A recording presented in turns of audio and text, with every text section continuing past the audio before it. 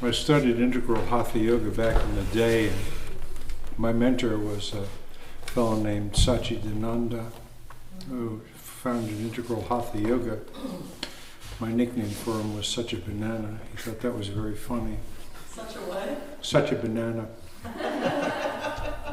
And he told me a story about a fellow who came to him and threw himself at his feet. And he said he was a kind of a West Coast nouveau hippie type, with the Mercedes talking about social justice, that type. So anyway, Satchidananda said, of course, I ran him around the garden, which means to give him progressively more and more tasks to do, and overload him and overload him and overload him. And after about 6 weeks, the poor fellow came in bedraggled, hadn't showered and shaved, and pronounced himself as an ultimate failure. And Satchidananda said, well, why? What's the matter with you?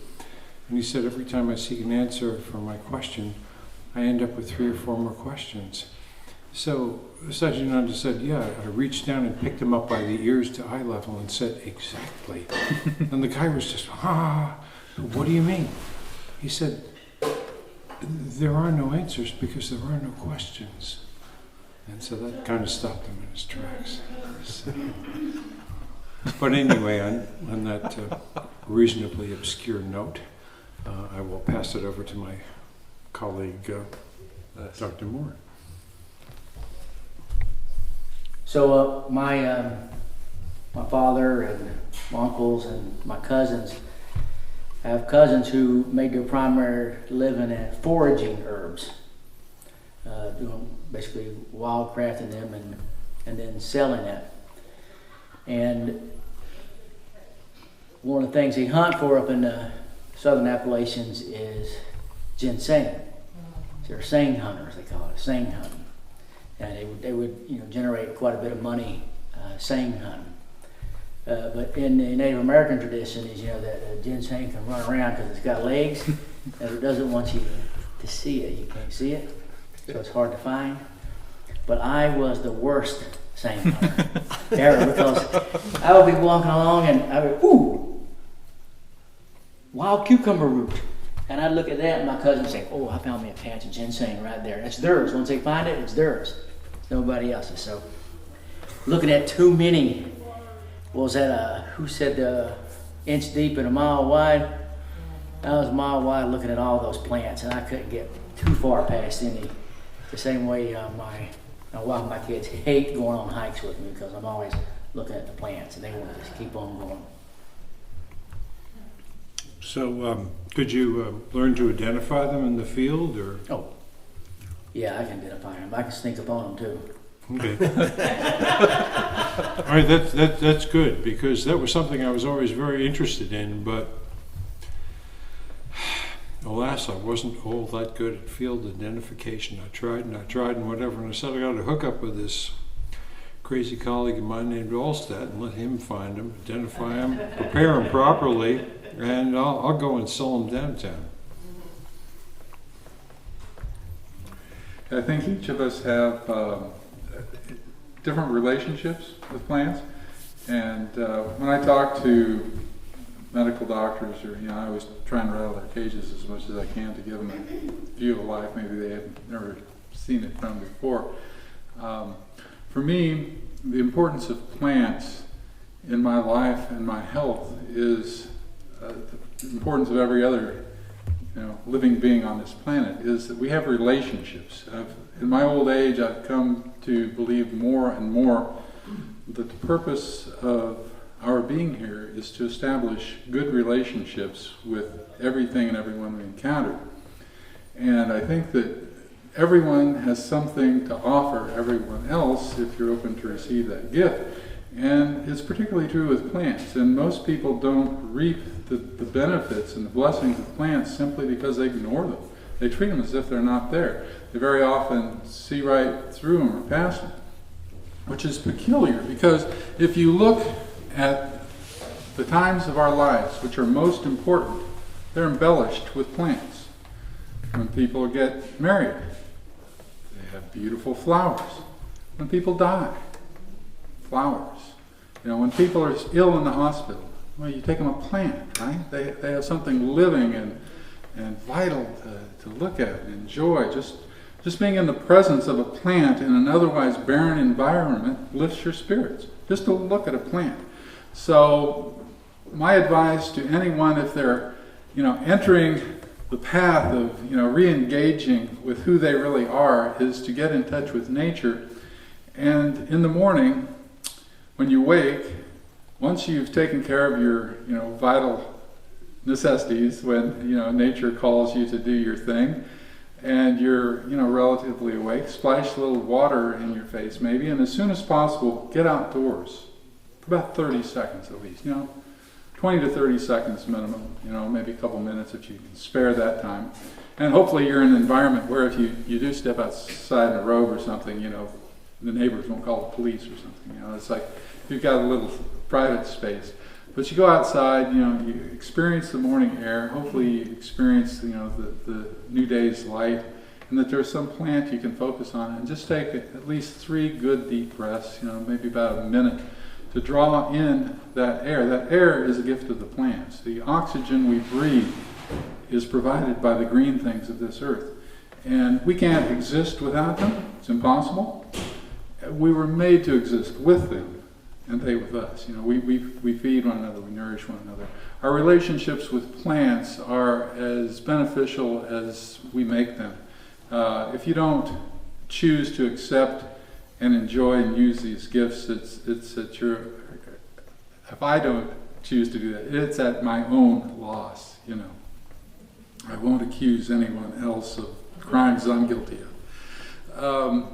So to me, that's the importance of plants and health, is that they're there to bring, to enhance our lives, to bring greater joy in being alive. And the fact that they serve as food, medicine, clothing, shelter, furniture, what don't they do? For all the things we use plants for, if you neglect to use them as medicine, what kind of nut are you? They do everything for us. They're there for us to provide for our needs, and they were put there for a reason. I believe life has meaning, and I believe the meaning of plants is to make our lives more rich, and we need to help them in what ways we can. Honor them, respect them, use them, thank them, be grateful. Love and gratitude, right? Yeah. All right. Quick aside before I pass it over. The New York College, established right before 1900, convinced the city of New York in their wisdom to rope off a portion of the Sheep's Meadow area of Central Park for people to go and take off their shoes and walk in the morning dew, gekkenijpen. And at the end of one of my prayers, or when I smoke somebody, I always say Metakwe Oyasin or Metakweyasin, and that's Lakota for all my relations. And what you're doing there is recognizing that you're a part of creation, and that your purpose in this life, like he said, is to live in harmony with nature and each other. And if we all did that, there wouldn't be wars and stuff, and if we were all trying to help each other, and plants would survive, they wouldn't get cleaned out by wachichus, and it'd be a much better world. Sounds simple Yes. enough, huh? More actually, in relation to the sang hunting, is do you now, because has been dug up so much, do you now need a special permit to harvest sang? Yeah, it's got a license for that, just like hunting for anything else. But they always replant it. They harvest at a certain time and replant. So if you have a conservative mind for conservation, you'd be able to do it. I know you had a question earlier in the day. I did. Yes. I always have questions, and now I have more than one. Okay. The first one I'm gonna first ask my other one, because the one I spoke to you about is a little more in detail. I'm thinking just between the four of you, what would you suggest? As you know, our OSHA is dearly missed. What would you think is as far as the next best lung lover to OSHA as far as its properties, being that it's on the endangered species? I know that we've changed our formula to elderberry lomatium. However, elderberry is not really directly to the lungs like OSHA. Any thoughts from the four of you? Huh? Me? Ligusticum OSHA's porteri. endangered, so Yeah, we're not there's a able lot to of things that are protect it. really good for lung things, and You might want That's gonna to have repeat the question. Similar properties to OSHA. Ligusticum porteri. what was that? Ligusticum. It's gonna OSHA. have, because I know there's a lot of lung herbs, but something that's gonna have the closest medicinal properties, compounds, constituents, and actions of OSHA. Yeah, Repeat, okay. repeat the there's- question. Okay, other things other than OSHA that have medicinal properties for the lungs, is that right? Right. So things that come to me is Wyethia mollis, mule's ear, and And I'm sorry, I Colt's don't know foot. botanical names, I apologize. What did Colt's you foot. say? Oh, mule's ear, I couldn't hear you. Wyethia mollis, mule's ear, Mule's ear. and colt's foot. I can't remember the scientific name of that. Tussilago Tussilago farfara. Huh? Tussilago farfara. Yeah, he knows it. And also, peyote works good for treating. It does. If you use it as a tea and use a little, and say a prayer over it and ask it to help you with the lungs, it will do it. Mm. So You got one? I learned that from the Huichochi, anyway, the people in Mexico, the tribe that their main medicine is peyote, and they actually go out and shoot it with a little bow and the buds and harvest it that way. Yeah, it'll help your lungs and help you ride your horse backwards. Yeah. It has to be something that can be used within our industry. We couldn't use, I mean, that's Yes. fantastic information, but we can't use that in our Why is industry, tumbleweed endangered? in the health industry. You can, the Tussilago farfara is It's used just European medicine, Chinese medicine, American medicine. It's very it's been useful. overharvested. That's the colt's foot that he mentioned. But as far as, I mean, I've used Colt's foot for many things, but as far as the properties, I mean, you think as far as with OSHA, that's similar enough? I didn't think, as far as the actions of OSHA, the way that it draws that lomatium to the lung, I mean, Oh, you want it to draw on something to the lungs. correct. Grindelia. So that's what I'm saying. I need something that has the activity. Grindelia of OSHA. will guide it to the lungs. Gumweed? Yes. Yeah, that's gumweed. Yeah. Gumweed, really? Platycodon, the Chinese chigung will guide it to the lungs. Say that one again? A platycodon, Okay, but that's a Chinese herb? And one of the qualities of Lohan Guo is to draw out the congestion that is associated with the change of season when Feng descends from the mountaintops and causes stuck moisture in the lungs. And the pulses become soft and inefficient. And so the Lohan Guo can help to move that out. The triterpene polysaccharide that's in the Lohan Guo is absorbed out of the GI tract and excreted into the lung mucosa, where it can serve as a target for microorganisms that may try to grab mono and polysaccharides and bind them. But when they try to consume the saccharide, they can't break the bond between the saccharide and the backbone. So much like a fish that gets the barb stuck in its mouth, it can't release. And so it ends up being coughed out. Oh, wow, so and that can be as far as preparation in an extract form? Oh, Or a powder or a dried juice form. It can be useful, but I think you're going to have to come up with a polypharmacy replacement for creosote bush. Yeah. if you look at the geographic distribution of the range of OSHA, it's most popular in New Mexico. It extends up in the Rockies into Colorado and a little bit north of there. But its range of distribution is kind of borders on the range of distribution of Lomatium here in the Northwest. They're both, the Umbelliferae family. They have that parsley fragrance of the phthalates, so the volatiles are very similar. Some of the applications for respiratory infections and illnesses, viral infections such as flu or pneumonias and respiratory illnesses, there's some similar applications between the two. So because they're botanically related, their ranges of distribution kind of bump up on each other along the intermountainous ranges here in the west. They're kind of neighbors and fairly closely related. They have a similar fragrance. I would consider Lomatium as being a potential alternative. Well, no, we already have. That's what I'm saying. It's to go with. It's for our Lomatium osha extract. Yeah. That we no longer have Lomatium osha. So All I'm saying is that maybe the fact that OSHA is missing in that formula, you still have Lomatium, so you can. We can't sell Lomatium as a single.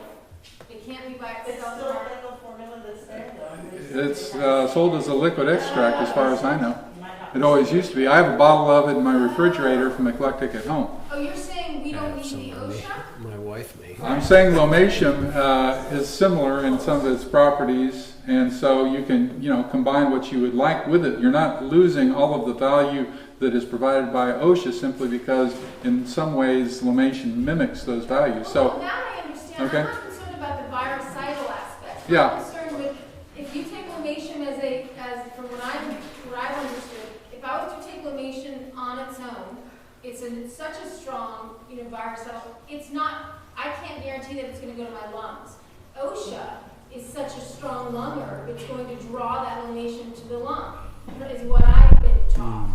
So I'm looking for another lung herb that has that kind of strength that will draw the Lomatium to the lungs. I think it's Lomatium. A very, very active and powerful formula. What you might want to consider is a mixture of coltsfoot, of tussilago, and lobelia.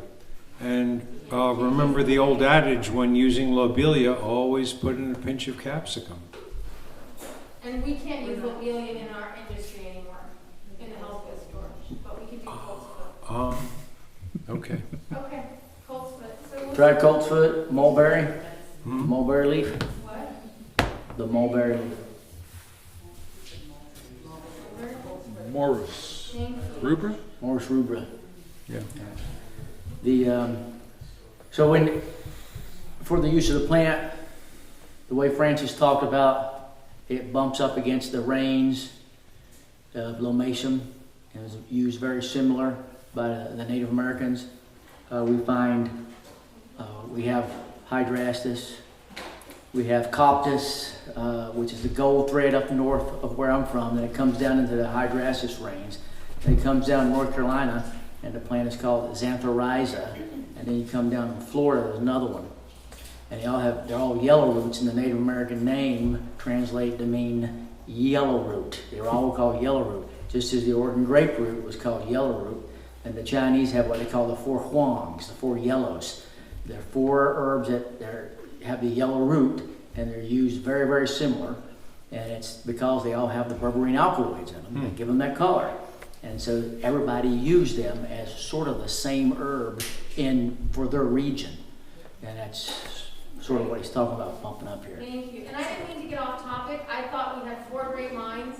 I wanted to use you. So, because this is something we're struggling with at the company, at least I feel it. That's a very important formula for us. And it would be great to be able to somehow mimic that formula. It was something that our customers are dearly missing that. So the other question I had asked, when you were talking last about some of those original formulas, I was curious, where are those herbs, like tag alder, some of the herbs you were mentioning in those formulas? Right. So those formulas that we talked about today are classical formulas that have worked for more than one generation successfully. And you looked at it and you say, oh, I know that herb, but not those herbs. Well, it's because we don't use them as much as we used to. They're not the economic botanicals that we have, the top 20 that's been sold. But they're still out there. Honest Serralata is still out there. And you got to find it. So that's why we have to mine these old texts, looking retrospectively for what was used successfully to use it today. We do not need to go to the rainforest to find the next herb. You can create the market for the herb that was used successfully in the past. And so when you start looking for those herbs, they're already here. They're actually on this place where we're at right now. They're on the place we're going to go to. And so you have to create the market again. So you then decide that I'm going to do this formula and then I'm going to create the market for it. You'll have people you'll either grow it or harvest it, and it's still there. The plant hasn't gone anywhere. Just our use of it has. Yeah, no, I like the idea of even having some eclectic formulas and kind of introducing something like that back into the industry. Yeah, as far as where they grow, if you're talking about the eclectics were real strong along the eastern seaboard from Georgia to New York, in the Midwest, from Illinois, Michigan, Indiana, Missouri, Kentucky, Ohio, So that's where the plants that they used largely grow. Some of them in the South, but mostly, they were picking the plants out of their backyards along the rivers and hillsides and stuff. So a lot of the popular American plants that we're familiar with, everything from black cohosh, golden seal, ginseng, those are all eastern seaboard plants because that's where the people were. The problem with one reason why so many of the plants in the West are underutilized is by the time that Park Davis and some of these other people started manufacturing products out here in the West of Cascara sagrada, which by the way not only needs to be dried but dried and aged for it to be utilized safely as medicine. So again, one size doesn't fit all of these plants. Some of them you want to use fresh, some of them you want to dry, some of them you want to just let sit for a few years, they mellow out a bit. But they were developing these in the 1890s. Well, that's when the utilization of botanical medicine in conventional medical practice started to be diminished. And so there was no financial incentive to develop new plants from the West to introduce and incorporate into medical practice because medicine was dropping the plants that they were already familiar with and had been used extensively and successfully in the East. So as far as I'm concerned, there is an entire half continent here that is probably just as rich in the West as it was in the East, that's really never been adequately appreciated or utilized. And so, as Les says, you don't need to go to the other side of the world to find effective medicine. You just need to go out in your backyard or down to the nearest creek or riverside, see what's growing there, make sure that it's in sufficient abundance to be able to safely harvest. The biggest problem where I live in the desert, there are plants that grow there, but if you pick them, it may take decades for that little plant community to recover. Even in the mountains, you are limited based on the vulnerability of the climate and how harsh it is for these plants to survive under normal conditions. So you got to be careful how they're harvested, with the exception of things that dominate the entire landscape. And I'm thinking of Lauria tridentata, the chaparral plant, which grows from Texas to California and covers half of Arizona. I don't think it's possible to over-harvest that because it's a monocrop through most of western Arizona, and but then you've got the issues that have been raised with that for various reasons. I would probably limit my applications now to external applications or water extracts, but that's another issue. The main point I wanted to make was that these plants that you're unfamiliar with you're not familiar with them because they don't grow in the West, they grow in the East where the eclectics developed their clinical applications.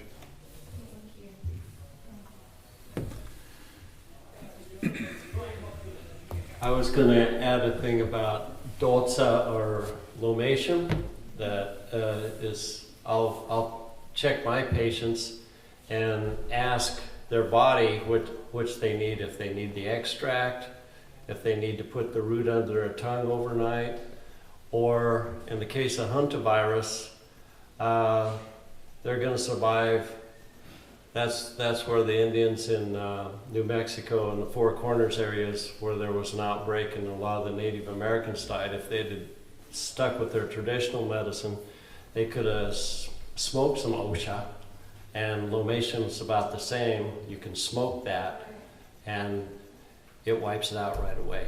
Because my lungs are a little weak and I was coming up on pneumonia real fast, and I went out and said a prayer, and it said put some Lomation in my chanupa or my sacred pipe and take 7 puffs, and I did that.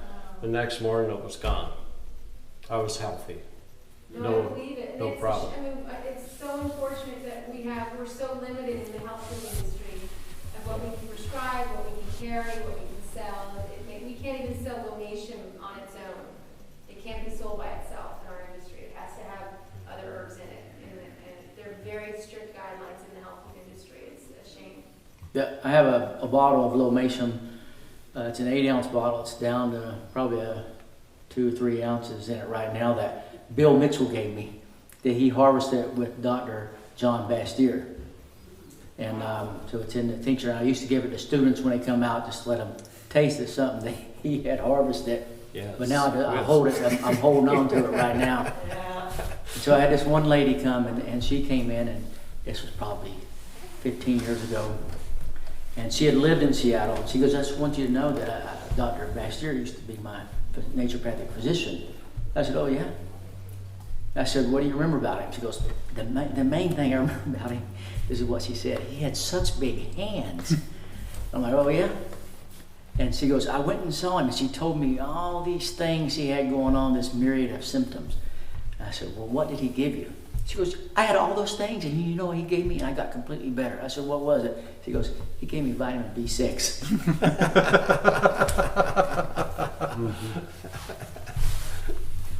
I have a question.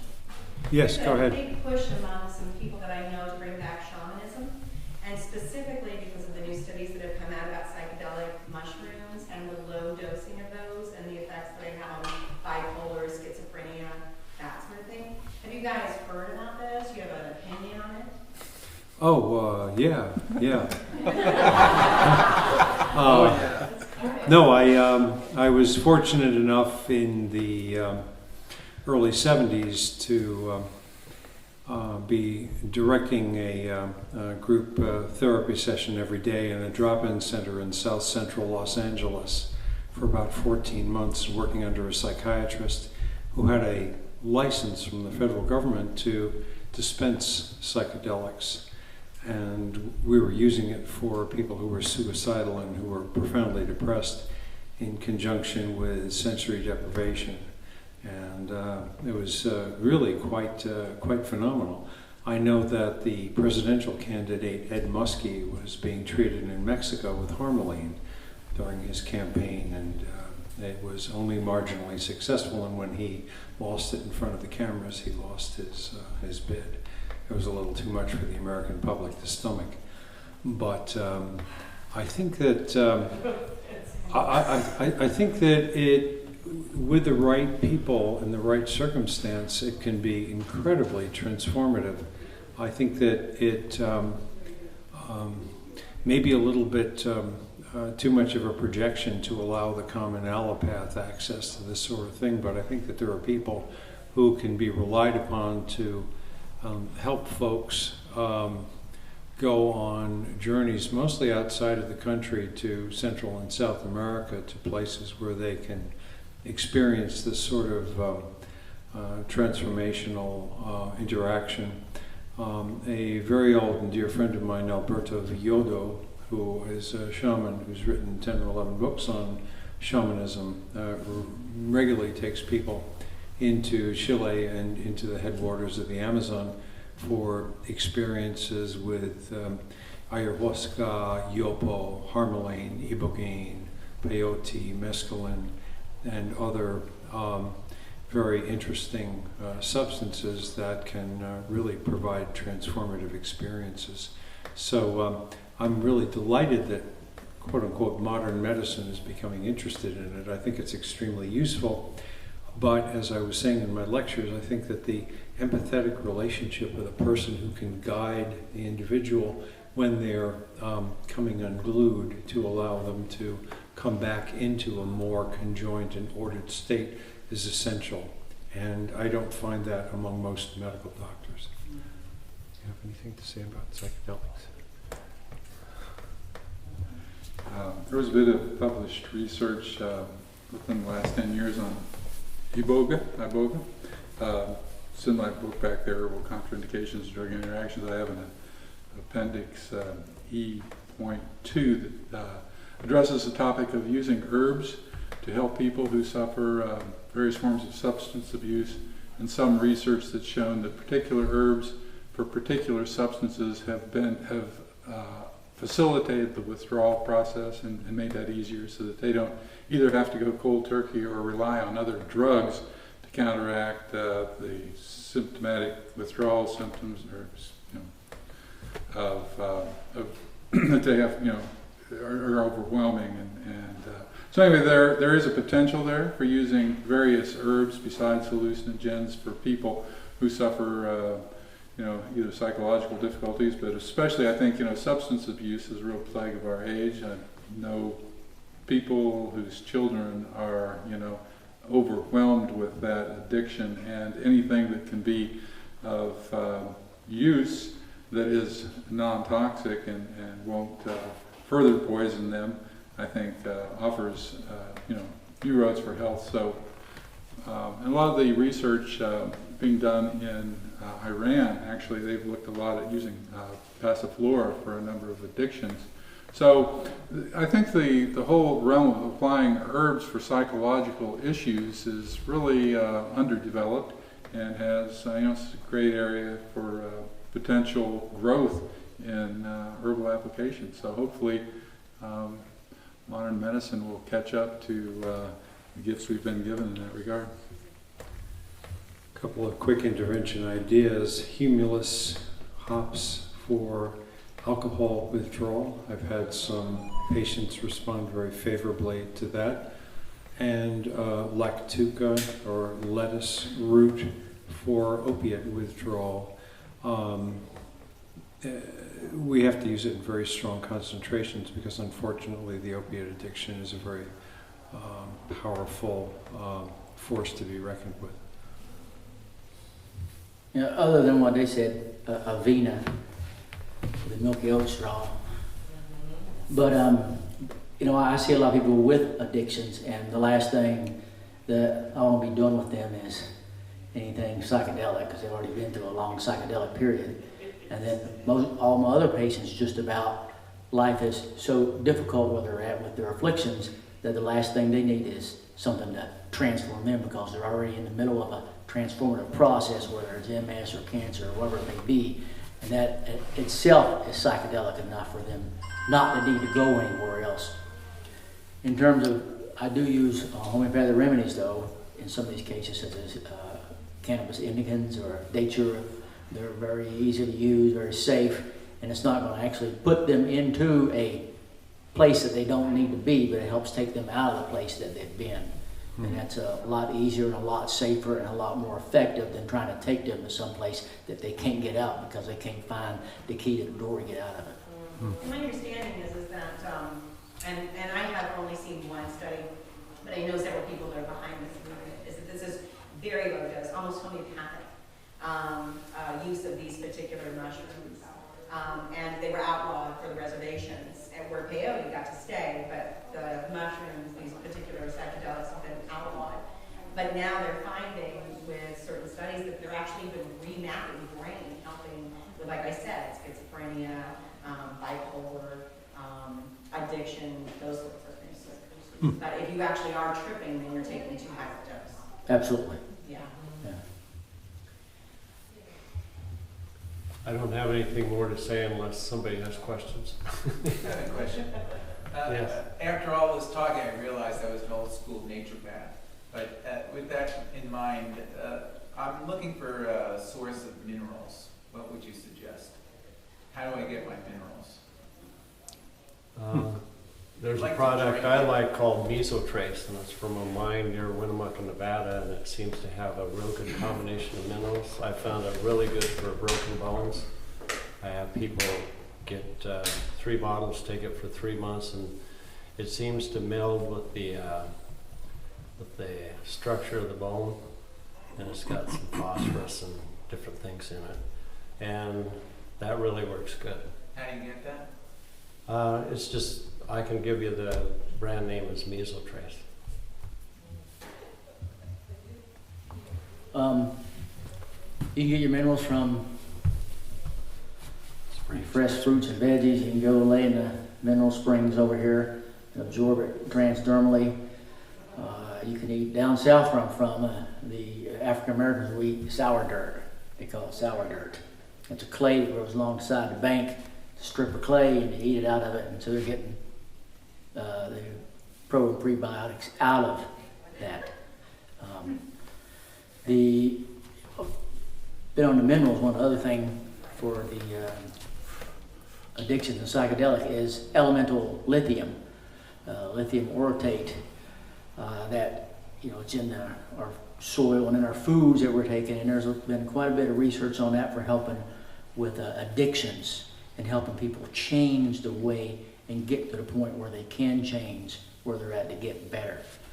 That's a trace mineral. Otherwise, you have these products, these powder products that you're making out of the veggies and fruit. You get the nutrients, and you'll get some of the trace minerals out of there too. We found that small amounts of the mineral vanadium affects the way that lithium is processed in the brain. You might want to look at that.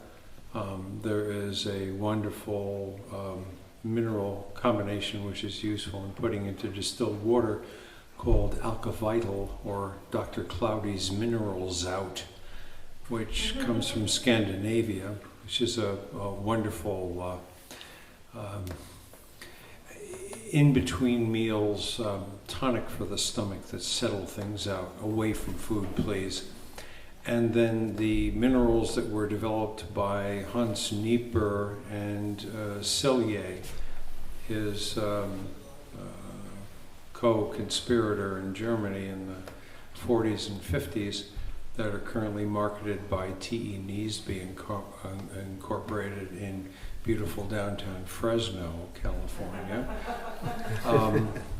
The calcium and magnesium salts of short-chain fatty acids like butyric and caproic acid, so calcium magnesium butyrate, calcium magnesium caprolate, which are absorbed via the lacteals and don't require chelation in the stomach. So if you have someone who's profoundly hypochlorhydric, it's a good way to get calcium and magnesium into them, other than, of course, the method of being in a calcium-enriched hydrotherapeutic environment. The other product that they make is a calcium, magnesium, potassium salt of 2-ethanolamine phosphate, which is very interesting stuff because it's absorbed, non-dissociated into the bloodstream and will dissociate and import those minerals through the lipid bilayer into the cell. First time I ran into that was when Atkins gave me a 10 cc vial of calcium 2-ethanolamine phosphate and told me to do a slow push IV on a patient. I looked at the milliequivalents and I said, I'm really concerned about the amount. And he said, it won't dissociate in circulation. You won't kill them. Don't worry about it. Okay, so I pushed the 10 cc's in 2 minutes, and lo and behold, the patient didn't expire. So proof of concept.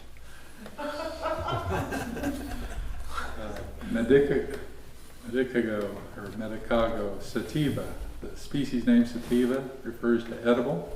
The plant is also known in England as Europe, lucerne. In this country, it's known more by its Arabic name of alfalfa, meaning the father of medicines. And why alfalfa for minerals? It sends its roots down as far as 108 feet below the soil surface until it hits bedrock. So you hear about mineral depletion of our soil. Well, alfalfa bypasses the depletion of the soil by going to the bedrock. If there are minerals anywhere between, the top and the bottom of where soil can be found, it's going to absorb it. So that's why it has always been considered one of the most nourishing herbs because of its high content of trace minerals, which are often lost from the soil. And so that would be a place to start. It's, universally nourishing, and it's just a nice plant. Cows like it. Yeah.